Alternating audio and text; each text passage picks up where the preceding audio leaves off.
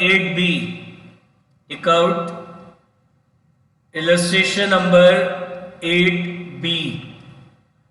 8B, page number 11.23.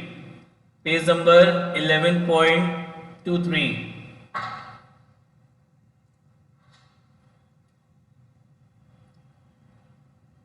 क्या कह रहे हैं? Prepare 2 column cash book from the following information.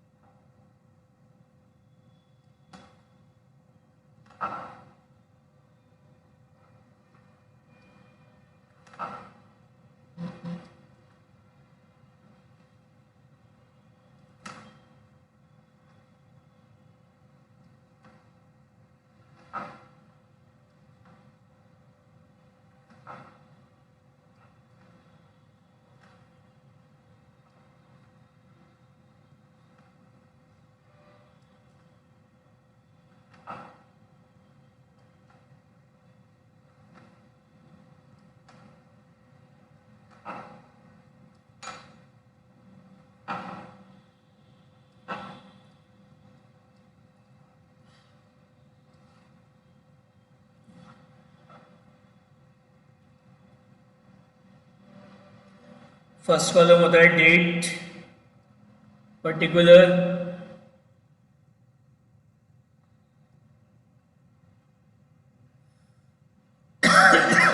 Particular ये होगी receipt, voucher number, LF, bank, cash, फिर date, particular, voucher number, LF, bank and cash.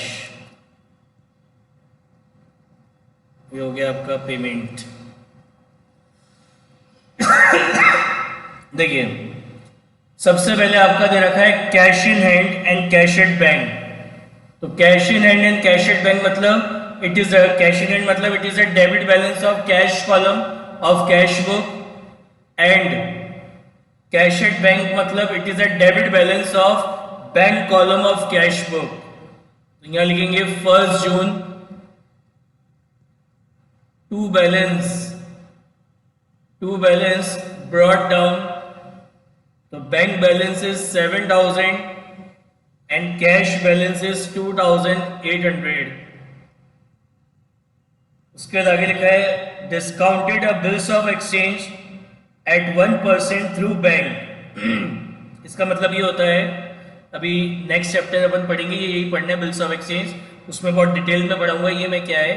अभी बस आप इतना समझ लो आपके पास बिल रिसीवेबल नाम का एक असेट था 5,000 रुपीज का. आपने इसको क्या करा, बैंक को ले जाके दे दिया, ठीक है ना. तो बैंक ने क्या करा, इस 5,000 रुपीज का जो असेट आपने बैंक को दिया उसमें से 1% अपना इंटरेस्ट और कमीशन कुछ भी मान लो वो चार्ज करा. 1% मतलब 50 रुपीज, और बाकी का जो पैसा है वो आपके अकाउंट में डिपॉजिट करा दिया. बाकी का जो पैसा है वो आपके अकाउंट में क्या करा, डिपॉजिट करा दिया, ठीक है ना. तो इसको बोलते हैं discounting of bills of exchange. तो इसकी एंट्री आप कैसे करेंगे, यहाँ लिखेंगे 10th June to bill receivable कितना अमाउंट रिसीव हुआ, 4950 का अमाउंट रिसीव हुआ किससे, बैंक से. फिर कैश सेल करी, तो कैश सेल करी तो यहां लिखेंगे to sales account,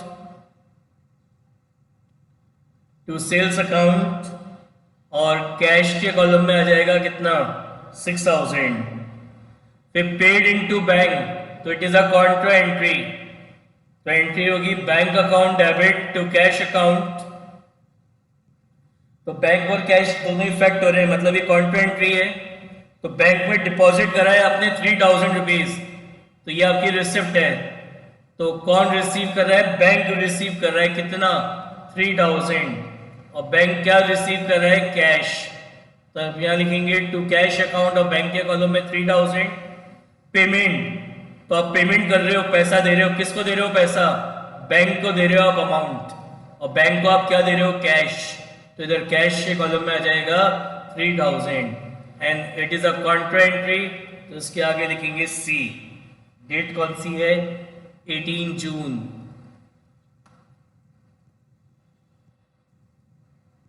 next, paid rent, rent पे करा। तो यहां लिखेंगे by rent account. By rent account कितना रेंट पे करा है? 700 रुपीज का। उसके बाद बैंक चार्जेस हैं, तो यहां लिखेंगे 21 जून को by bank charges. By bank charges and bank के कॉलम में लिखेंगे 100। उसके बाद है withdraw bank for personal use. Personal use के लिए बैंक से विड्रॉ करा, तो यहां लिखेंगे by drawing account. By drawing account और बैंक से विड्रॉ करा है, तो बैंक के कॉलम में आ जाएगा कितना? 1500। फिर है परचेज गुड्स फ्रॉम विनय। तो जिससे गुड्स खरीदा है, और ये गुड्स परचेज हुए काय में? क्रेडिट में।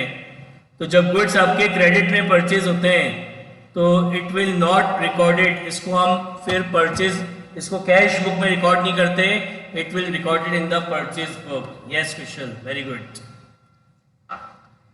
हो गया क्वेश्चन कंप्लीट। अब इसको अपन क्लोज करेंगे।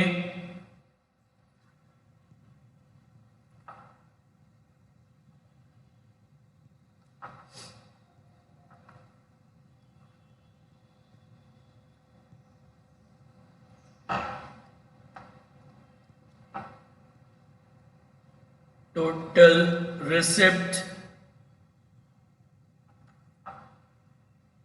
Total payment. तो टोटल जो रिसिप्ट है वो है आपका 14,950 एंड 8,800 टोटल पेमेंट।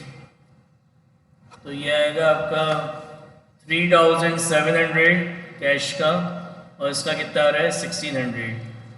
तो आपके बैंक में डेबिट में कितना है? 14,950, क्रेडिट में 1,600 है, यानी बैंक कॉलम का डेबिट बैलेंस है। बैंक कॉलम का डेबिट बैलेंस है कितना? यहां लिखेंगे by balance.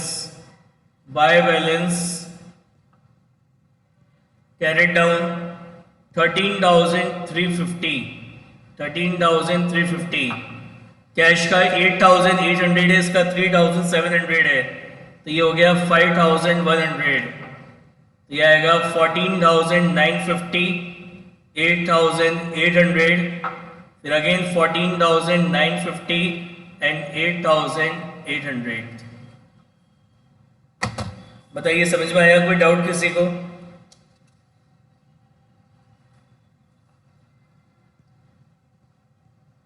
Now take out illustration number 9.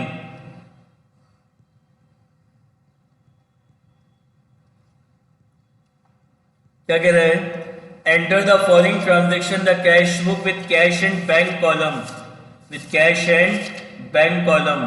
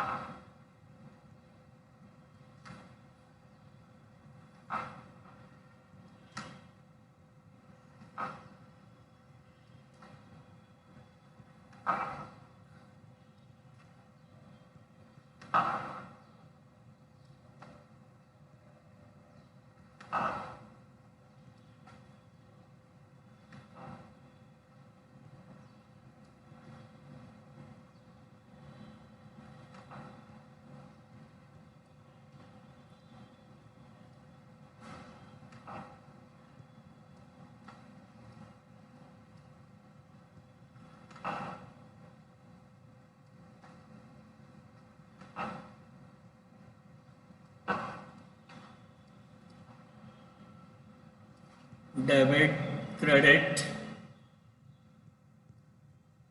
Cash book, date particular, voucher number, LF, bank and cash, date particular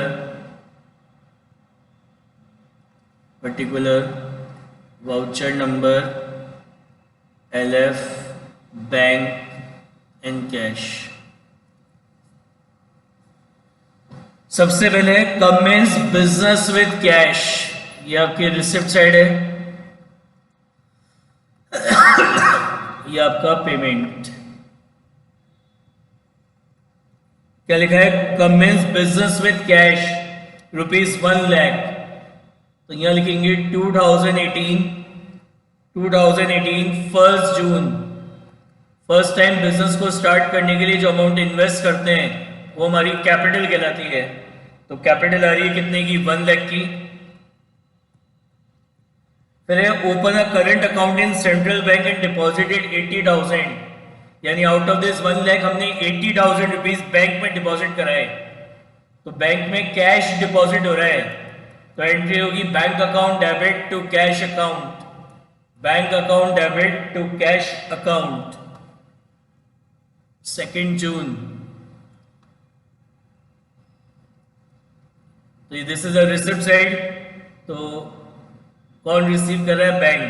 तो द बैंक में लिखेंगे 80,000 और यहां लिखेंगे टू, बैंक क्या रिसीव कर रहा है? कैश। पेमेंट है, हम पेमेंट कर रहे हैं किसको? बैंक को। तो यहां लिखेंगे by bank account and in cash column 80,000 and ये हमारी कॉन्ट्रा एंट्री है, इसे लिखेंगे C 2 जून, राइट। फिर है further capital introduce 50,000 out of which 40,000 deposited into bank. Further capital introduce करी कितने की? 50,000 की, आउट ऑफ विच हमने 40,000 रुपीज बैंक में डिपॉजिट करा दिए। तो 50 में से 40 तो बैंक में जा रहे, तो बिजनेस में कैश कितना आ रहा है? 10,000। तो रिसिप्ट साइड में लिखेंगे 3 जून टू कैपिटल अकाउंट बैंक में कितना डिपॉजिट करा है? 40,000 और कैश आ गया कितना? 10,000। फिर एक goods purchase for ₹60,000 plus CGST in SGST 6% each, issue a cheque for the same, और चेक इशू किया फॉर द सेम। तो यहां लिखेंगे 3 जून by purchase account कितना है? 60,000 परचेज, और ये पेमेंट क्योंकि चेक से हो रहा है इसलिए बैंक के कॉलम में लिखा है, और परचेज करते समय अपन GST भी पे करेंगे। तो आप यहां लिखोगे bye input CGST account 6% of 60,000 is 3,600 and by input SGST account 60,000 का 6% कितना होगा? 3,600। फिर है sold goods for 40,000 plus CGST and SGST 6% each, check receive which was immediately deposited into bank। हमने सेल करी, सेल करते समय हमें चेक रिसीव हुआ and this cheque is immediately deposited into bank. तो यहां लिखेंगे टू सेल्स अकाउंट, कितने की सेल करी? 40,000 और सेल का हमें चेक मिला, तो ये चेक हमने इमीडिएटली बैंक में डिपॉजिट करा दिया। तो सेल करते समय अपन को GST भी कलेक्ट किया होगा, तो वो हमारा कौन सा GST कहलाता है? आउटपुट। तो टू आउटपुट CGST अकाउंट कितना GST कलेक्ट करा है? 6%। तो 6% ऑफ 40,000 कितना होता है? 2,400। तो यहां लिखोगे टू आउटपुट SGST अकाउंट 2,400। उसके बाद है सोल्ड गुड्स टू राम हमने राम को गुड्स सोल्ड करे, तो जिसको गुड्स सोल्ड करे उसका नाम दे रखा है, it means it is a credit sale, it is a credit sale and this credit sale is recorded in sales book. इसको कहाँ रिकॉर्ड करेंगे? सेल्स बुक में इसको रिकॉर्ड करेंगे। Receive a cheque from Ram in full settlement. अब cheque receive तो हो गया बट बता नहीं रखा, क्या बता नहीं रखा कि whether this cheque is immediately deposited into bank और नॉट। आगे पढ़ो, आगे 12 तारीख को बता रखा है कि check receive on 10th June is deposited into bank. तो 10th जून की एंट्री तो आप करोगे जर्नल प्रॉपर में, क्या एंट्री करोगे? Cheque in hand account debit, cheque in hand account debit, discount allowed account debit to Ram. और फिर 12th जून की एंट्री, 12th जून की एंट्री आप यहां लिखोगे to cheque in hand, to cheque in hand कितने का चेक रिसीव हुआ है? 16,500 का, जिसे हमने बैंक में डिपॉजिट कराया। फिर है पेड रेंट, और रेंट पे करते समय जीएसटी भी पे करा, तो रेंट पे करा है, कैसे पे करा है? रेंट चेक से, तो यहां लिखेंगे by rent account and payment is done by cheque, तो इसलिए बैंक के कॉलम में लिखेंगे 4,000। और रेंट पे करते समय आपने जीएसटी भी पे करा, तो यहां आएगा by input CGST account 6% of 4,000 तो होता है 240। फिर again 15 June by input SGST account 240। उसके लिखा है paid commission by cheque including CGST and SGST 11,200। आप समझना जरा, इसको इंपॉर्टेंट टिक कर लेना इस ट्रांजेक्शन को। क्या कह रहा है वो समझ में आया क्या आपको? कि हमने चेक पे करा, हमने क्या पे करा है? चेक पे करा। कितने का चेक पे करा? 11,200 रुपीज का चेक पे करा है फॉर कमीशन, फॉर कमीशन। और इसके अंदर क्या इंक्लूड है? इसके अंदर इंक्लूड है CGST 6% और SGST 6%, ये इसके अंदर इंक्लूडेड है। लेकिन जैसे अभी आपने देखा, अपन ने पहले एंट्री करी, तो आपको ये तो सब अलग अलग लिखना होता है कि इनपुट CGST और SGST सब अलग अलग लिखते हो कैश बुक में। तो ये 11,200 में GST अमाउंट इंक्लूड है। कैसे करें बाइफिकेट? अपन ने माना कि हमें जो कमीशन पे करना था वो 100 रुपीज का कमीशन पे करना था। कितने का? 100 रुपीज का कमीशन पे करना था, ठीक है। इस पे अपन ने क्या करा? CGST पे करा होगा, कितना परसेंट? 6%, मतलब 6 रुपए का। फिर हमने SGST पे करा होगा, कितना परसेंट? 6%, यानी टोटल कितना पे करा GST मिला के? 112 रुपीज पे करे। कितने पे करे? 112 रुपीज हमने पे करे। GST मिला के कितना पे करा? 112 रुपीज हमने पे करे। तो जब 112 रुपीज पे कर रहे हैं तो कमीशन का अमाउंट कितना है? 100 यूनिटरी मेथड कि जब 112 रुपीज का GST पे, वो कमीशन पे कर रहे हो इंक्लूडिंग GST, तो कमीशन कितने का है? 100 का। अगर 1 का होता तो कितना होता? 100 अपॉन 112। और अगर 11,200 का होता, 11,200, तो कितना होता? 100 अपॉन 112 इंटू 11,200, तो यानी कितना कमीशन होता? 10,000 रुपीज का। कितना कमीशन होता? 10,000 रुपीज का कमीशन आप पे करते। तो इसका मतलब क्या हुआ कि हमने कमीशन पे करा है बाय चेक, तो आप यहां लिखेंगे bye commission. Bye commission account कितना कमीशन हो गया? 10,000।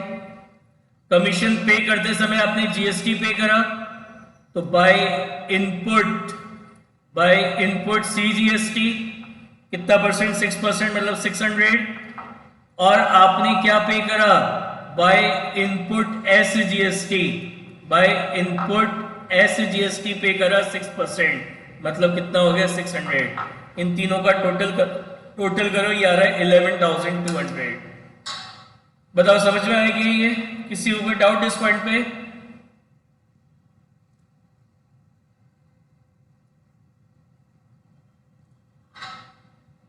Next, drew a cheque for personal use, personal use के लिए चेक बनाया। तो ड्राइंग्स हो गई आपकी, तो यहां लिखेंगे बाय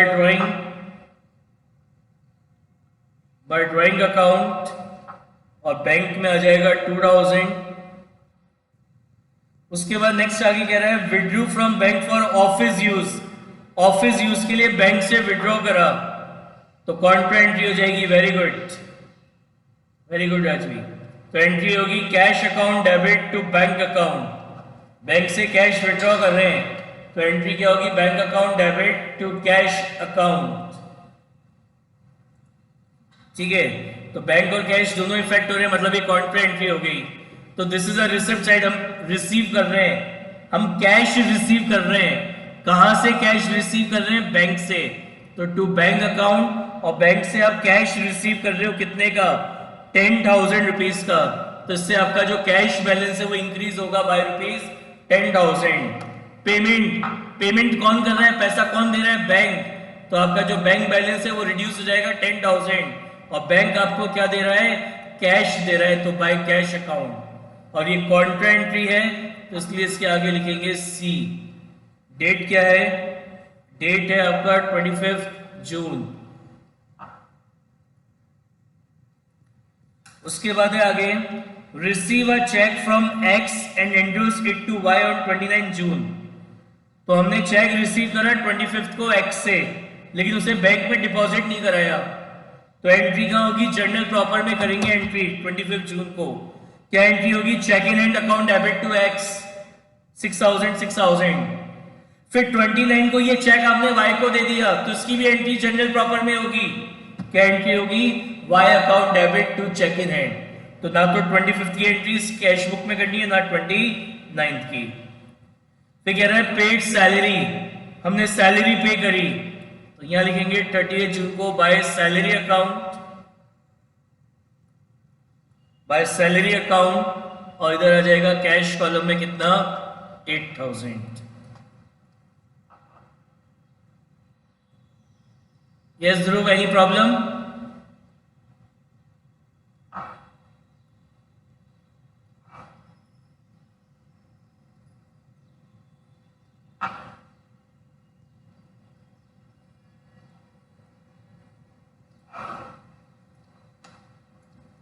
क्लोज कैसे करेंगे?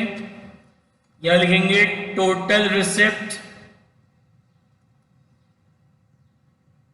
टोटल रिसिप्ट कितना है बैंक का? 1,81,300 एंड 1,20,000। यह आएगा आपका 94,880, और यह आएगा 88,000। अब यहाँ पे बैंक में डेबिट ज्यादा है, क्रेडिट कम है, यानी इस बैंक कॉलम का डेबिट बैलेंस है, तो आप यहाँ लिखेंगे बाय बैलेंस कैरी डाउन, इसमें से ये माइनस करेंगे, बचेगा 86,420। 86,420। इसका डेबिट ज्यादा है, क्रेडिट कम है, तो इसका डेबिट बैलेंस आ रहा है कितना? 32,000। ये आएगा 1,81,300, 1,20,000, 1,81,300 एंड 1,20,000। कल मैं आपका होमवर्क चेक कर रहा था, तो कुछ स्टूडेंट्स ने क्या करा है, जैसे टोटल है ना, ये अपोजिट में लगता है डेबिट और क्रेडिट का। कुछ स्टूडेंट्स ने क्या कर रखा, जैसे इसका टोटल यहाँ लगा दिया और इसका टोटल इधर लगा रहे हो, ऊपर यहाँ पे लगा रहे हो। ऐसा नहीं होता, ये टोटल इसी तरीके से बैलेंस होता है जैसे दिख रहा है आपको। यही लिखते हैं टोटल रिसिप्ट, उसी के सामने यहाँ पे आता है टोटल पेमेंट। ऐसा नहीं करते यहाँ पे ही खत्म हो रहा है तो यहाँ लिख दिया टोटल रिसिप्ट, यहाँ आ रहा है तो टोटल पेमेंट। इसको इसी तरीके से अपोजिट में लिखे जाते हैं ये टोटल। तो कल मैं कुछ होमवर्क चेक कर रहा था, तो मैंने ये गलती देखी थी, तो जिसने करी थी वो उसको सुधार ले।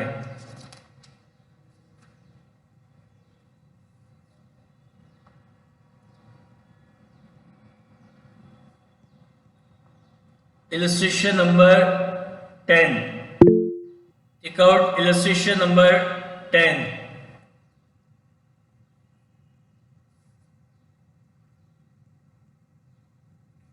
क्या कह रहा है, record the following transaction the cash book with cash and bank column, with cash and bank column.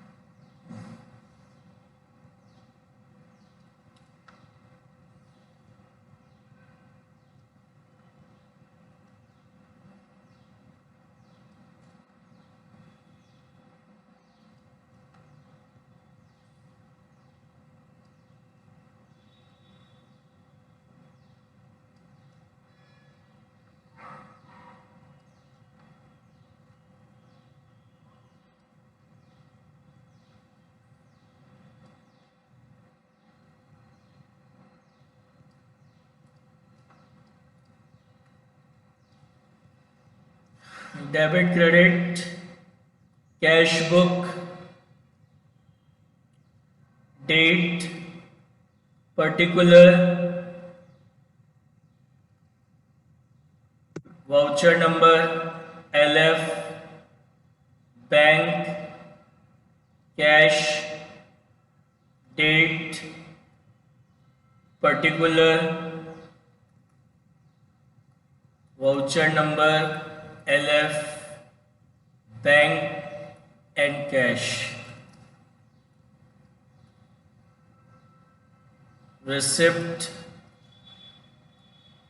and payment.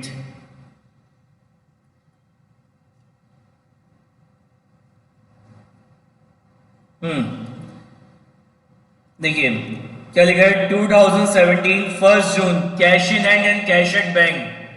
तो कैश इन हैंड और कैश एट बैंक का मतलब है it is a debit balance of cash column and bank column of cash book. तो उसको record करेंगे अपन 2017 1 जून to balance brought down. तो bank balance is 91,401 and your cash balance is 3,151. Receive a check for rent and paid into bank. हमें cheque receive हुआ rent के लिए और हमने उसको सेम डे बैंक में डिपॉजिट भी करा दिया. तो यहाँ लिखेंगे to rent account and in bank column 990. Bought goods for ₹50,000, trade discount 20% and payment made by check, CGST and SGST 6%. तो अपन ने गुड्स परचेज करे जिसकी लिस्ट प्राइस थी 50,000. इस पे हमें मिला क्या, इस पे हमें मिला ट्रेड डिस्काउंट. कितना ट्रेड डिस्काउंट मिला, 20%. तो 50,000 का 20%, तो 50,000 का 20% कितना होता है, 10,000. तो यानी आपकी जो परचेज है वो कितनी है, 40,000 है. 40,000 इज योर परचेज और इस पे आपने CGST पे करा कितना परसेंट, 6%. तो 40,000 का 6% कितना होता है, 2,400. और आपने SGST पे करा 40,000 का 6% कितना होता है, 2,400. तो ये पेमेंट आपने करा है कैसे, बाय चेक. तो यहां लिखेंगे 2017 5 June by purchase account and in bank column it is 40,000.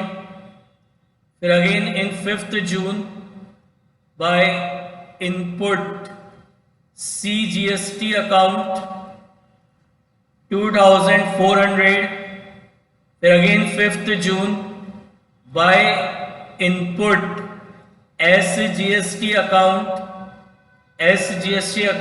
2,400. फिर है पेड ट्रेड एक्सपेंसेस पे करें. तो यहां लिखेंगे बाय ट्रेड एक्सपेंसेस अकाउंट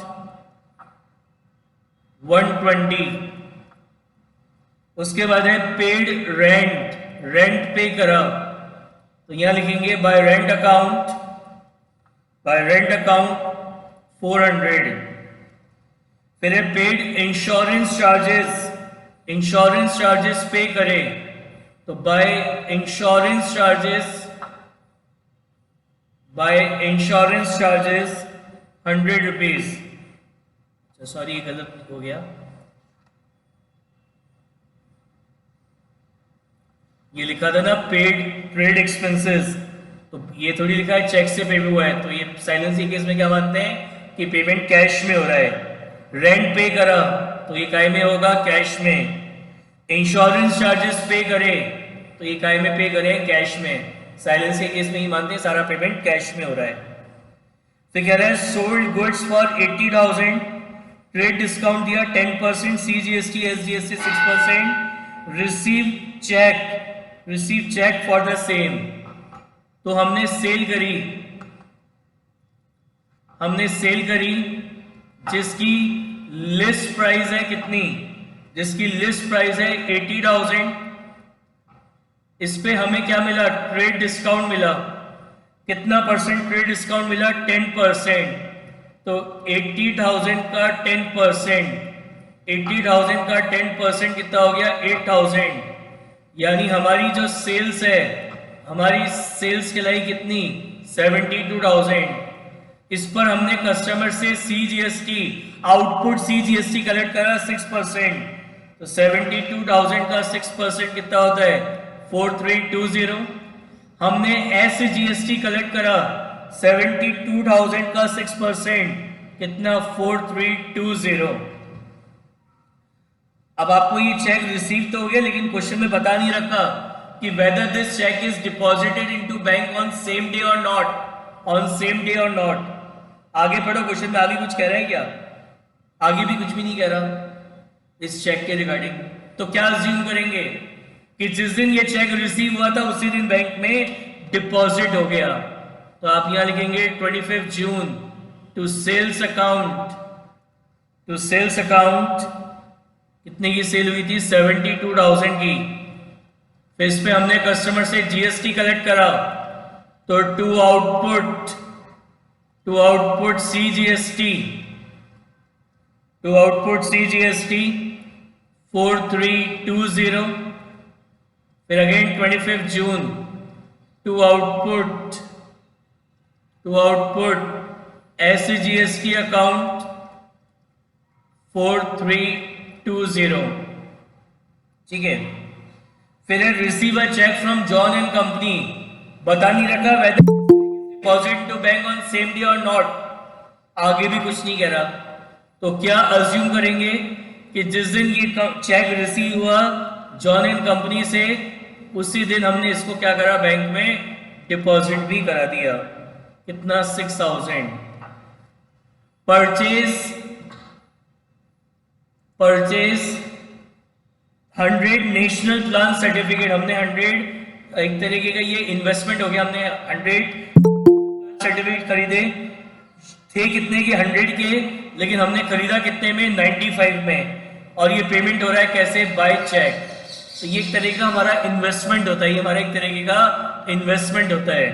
तो ये हमने इन्वेस्टमेंट किया है, तो यहां लिखेंगे 30 जून को बाय इन्वेस्टमेंट अकाउंट, और इसका पेमेंट कैसे हो रहा है, बाय चेक। तो बैंक के कॉलम में लिखेंगे 9,500। हो गया क्वेश्चन कंप्लीट, इसका टोटल करेंगे।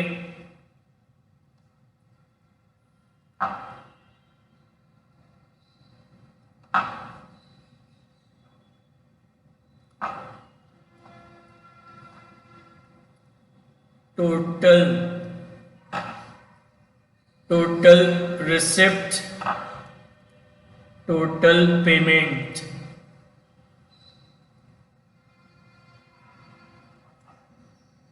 टोटल रिसिप्ट कितनी है बैंक की, 1,79,031।